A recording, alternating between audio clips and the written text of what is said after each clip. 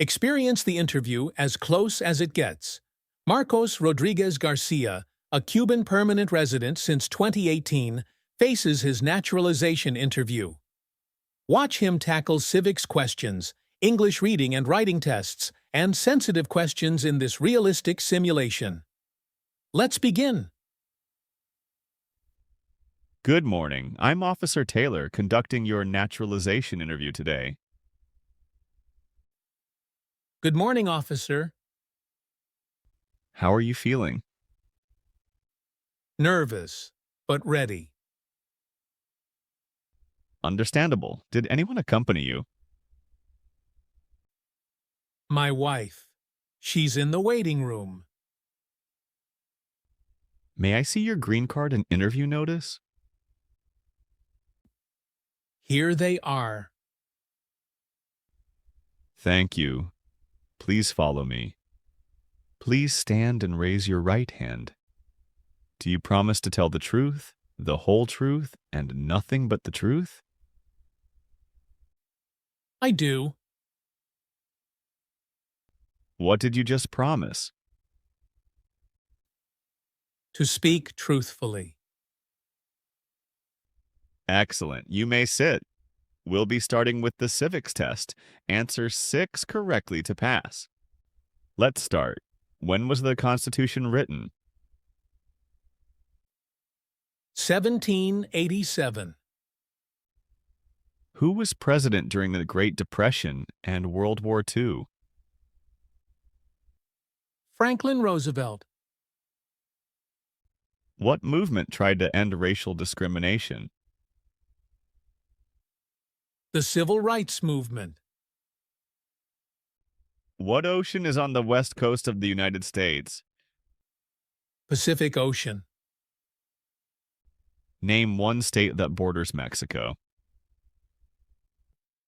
California.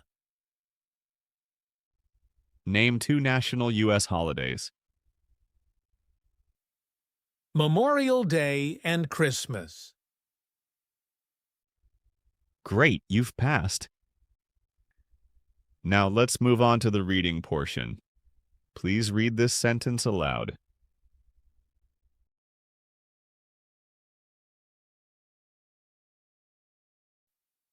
Who is on the dollar bill? Do you know how to use a tablet? Yes, I do. Okay, then please write on the tablet. George Washington is on the dollar bill.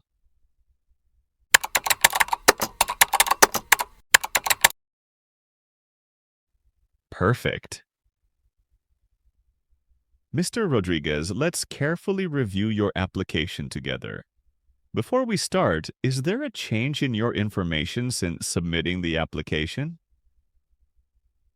Yes, I changed my address. Do I tell you my new address now?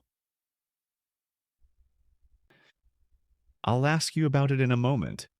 To begin, could you please state your full legal name exactly as it appears on your documents? Marcos Rodríguez García. Do you want to keep your current name? You have the option to change it. No, I would like to keep my current name. All right, what are your parents' names? My mother is Violeta García Muñiz, and my father is Jordan Rodríguez Hernández. Okay, are you Hispanic or Latino? Yes. And which country are you originally from? I am from Cuba. Do you keep Cuban nationality? Yes, I do. All right, and why do you want to become a U.S. citizen? I want to vote and be a full member of this country I now call home. All right, since when are you a lawful permanent resident of the United States? Since February 17th, 2018. No. After naturalization, would you like to update your immigration status with the Social Security Administration and request a new Social Security card? Yes, I do. All right, now regarding your residence history, what is your current home address and how long have you resided there? I currently live at 1238 Magnolia Park Boulevard, Orlando, Florida, 32839. I've been there since May of this year. Please tell me all the other addresses you've lived in the last 5 years. The only other address I've had is 745 Lake Underhill Road, apartment 302, Orlando, Florida, 32803. All right, is your current physical address also your current mailing address? Yes, And what is your marital status? I am married. Do you have children with your current wife? Just a stepson. He's hers from before. Do you have other children? Yes. I also have a daughter with my ex-wife. What are your children's names? María Alejandra Rodríguez Pérez and Carlos Rodríguez Álvarez. How old are they? My daughter is 21 years old and my stepson is 7. Does your younger son live with you? Yes, All right, do you currently have a job? yes, I do. What do you do for a living? I'm a construction worker. Can you tell me where you work? Yes, I work in Construction Incorporated. How long have you worked there? It will be 5 years this August. All right, now let's talk about your travel history. Have you traveled outside the United States at any time in the past 5 years? Yes, I did. Have you traveled since you filled your application? Yes, I did. When was your last international trip? April 13th, 2025. Where did you go? I went for vacation to Punta Cana in the Dominican Republic. Did anyone accompany you? Yes, I went with my wife and stepson. When did you return? I returned on April 16th, 2025. I see here a total of 6 travels to Santa Clara, Cuba, over the past 5 years. Can you explain the reason for such frequent travel?